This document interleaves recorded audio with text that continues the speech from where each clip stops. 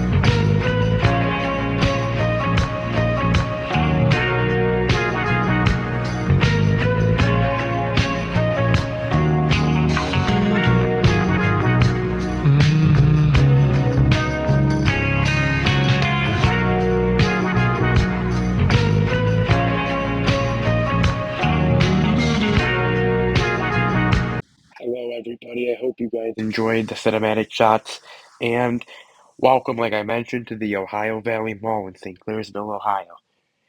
If you guys have known for this channel, you guys known that I've wanted to come here for a while, and when I was up in this area for my trip in late September to go to a clothing Rite Aid and some other things, I made this a priority to get up here, and it accomplished two things. Not only did I see a mall I wanted to see, but as you guys know, I'm trying to film every Boscovs, and I got another Boscovs, but that was the previous video. On to this video. Now, this mall is doing quite well for itself, even though it's had some issues with anchors, and we'll get to that in a second. This mall is busy. It's in a really good location right off the interstate, and I would be surprised if this mall closed. I mean, I've seen crazy things, but I would say right now, I don't think this mall closing anytime soon. Now, this mall was originally developed and is still owned by the Cafaro Company. It opened on October 4th, 1978. The mall opened with 5 anchor stores, which were JCPenney, Kaufman's, LS Good, Montgomery Ward, and Sears. So kind of interesting, that none of the original anchors are still there. And again, and we'll get to that, but this mall's had some quite up and down history, and been a lot of changes. But anyway, on to the next part of the history. Montgomery Ward closed in April 1983 and was replaced by a Kmart. That's right, there was a Kmart in this mall, which was kind of cool. I wish I could have seen it when it was open, but obviously never did that. Now, in 1996, Stone and Thomas moved into a larger location within the mall. I don't know exactly where that was, but it's been through quite, interesting situation. But anyway, Burlington Coat Factory opened in 1997 in the space where Stone and Thomas occupied prior to moving. In October 1998, Stone and Thomas was converted to an Elder Beerman. The Burlington Coat Factory closed in 2000, which is kind of rare. Burlington seems like they've lived along with malls for a long time. You guys know they're still in the Homing Mall. And kind of weird they closed so long ago and couldn't make it in the spot, but it happens. But the good news is that space did not stay empty as Steve and Barry's moved in there in 2005, but obviously we know that didn't last. In September 2006, as you guys know, Kaufman's was converted to Macy's as a whole May Company Federated merger. And then an interesting thing happened in 2007.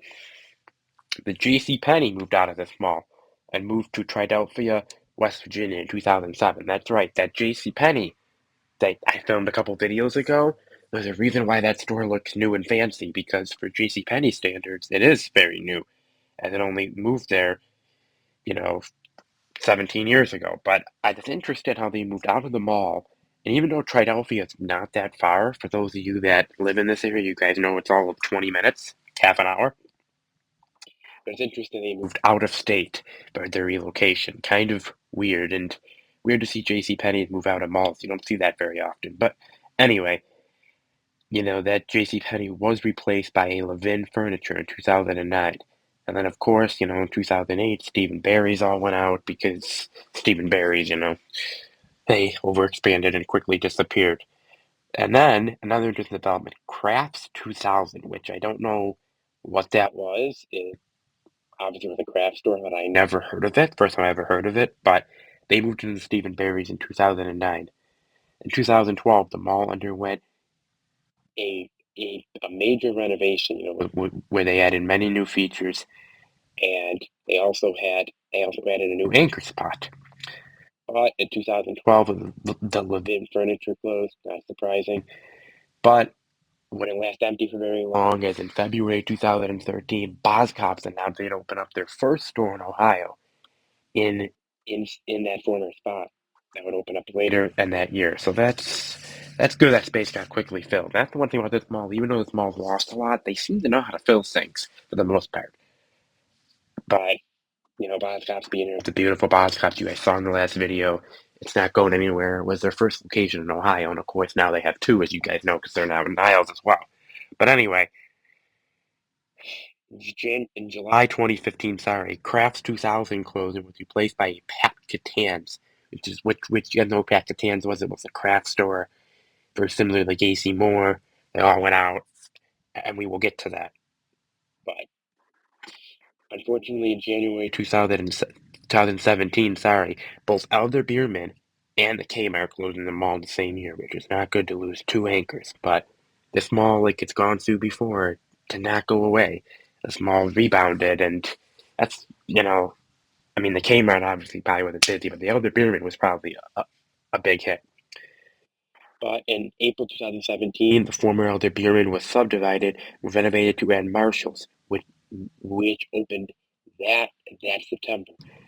And then nothing happened in 2018 major, but in January 2019, which was the start of a bad year for this mall, Packetans announced it would be closing in June due to its new parent company, Michaels, announcing that it would convert the store in August to a Michaels. That's where the Michaels is now, obviously. Then in March 2019, half of the former Kmart would be subdivided to add a Dunham Sports, which you guys see, and the other half of it would be demolished and replaced by a Hampton Inn and Suites. Such a great use. I mean, Hampton Inns are nice hotels, but I don't like seeing hotels and anchors and malls. But that's unfortunate. And then, only a month after all that, the Sears finally announced, as you guys know, Sears has been closing for years, and this store at first survived the bankruptcy. But as soon as they exited, one of Eddie's first moves was to start closing stores in Ohio Valley, was on that list. And that's such a unique Sears. I wish I could have seen it. It was old looking and it was very unique, but obviously never got to see that. Now, I will say that space has been used at Spirit Halloween every year since 2019, and rumor has it that space is about to be filled. We don't know with what, but my friend was talking to an employee in Spirit from when we were up there, and the employee said that he heard that that was their last year in Sears, as they were told by the mall that something's going in that space. So I can't wait to see what's going in there. Hopefully, if it's something like storage or a car wash, then it would be bad. But hopefully, it's something really nice. Hopefully, it's like a new store that has a mall entrance. But we'll see. If there's any major updates, I'll probably keep you guys posted, and maybe when I do a re-update in a couple of years. But anyway, so where Spirit will go next year is who knows. Now,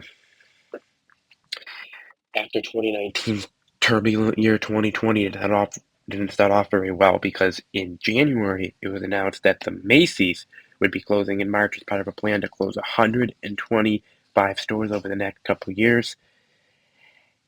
Apparently that store was leased, it wasn't owned, and the lease was up. That's the only reason why it closed and why it's still empty. But I think if it wasn't for that reason, it probably would still be there, as that was the only Macy's really around there, because the other one's closed, and that mall's busy enough to support a Macy's. But unfortunately, it didn't happen. Now, a Five Below was also added to the mall in a little tiny park that was left to Kmart. Now, from June 2020 to early 2021, the Sears was used as a COVID-19 pandemic, and in 2021, Hickory Farm. So that Sears space is busy. So I'm not surprised it's getting filled. That's true. They seem to use that space, Cafaro, and that space seems The Pred's been obviously empty this long, so I know there's been a lot of history of this mall. This mall's really gone through many up and downs, but I really like being here. That carpeting in the mall, even though I'm not usually a huge fan of that, I really like it in here. The coloring is so unique. And a couple of things in this mall that I really liked was the skylights, like about Boscov's there. The Macy's entrance was so unique. The one with like where it had the little Macy's sign up top. If you guys saw Wally B's video, you'll see what I'm talking about. And like that was just so interesting. And not having a food court, which is only really the only bad part. I don't know why they don't really have a full-fledged on food court, but there's enough restaurants, in the mall and around the mall that I guess that's probably why. In Cafaro, usually, if you guys know Cafaro, they tend to own other things around their malls, like they do up at Eastwood Mall in Niles. But yeah, so that's that. What the future of this mall is, this mall, they said I don't see it going anywhere, and I'm sure I'll be back here again. As and to say, you never know. Maybe there'll be something nice in that Sears space, but we'll see. But anyway, I'm gonna sign off and stop talking. If you guys did enjoy, make sure hit like, comment, and subscribe, and stay tuned to what I got next. I got lots of exciting content coming up from all over the U.S. But before we get to that, I hope you guys enjoy the rest of this video, and I'll see you guys next time. Bye bye, guys.